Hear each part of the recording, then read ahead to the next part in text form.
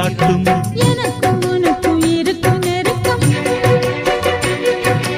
இளமை தொடங்கி முதுமை வரைக்கும். இரவும் பகலும் உறவை வளர்க்கும் இடையில் இருக்கும் தடையை தகர்க்கும்.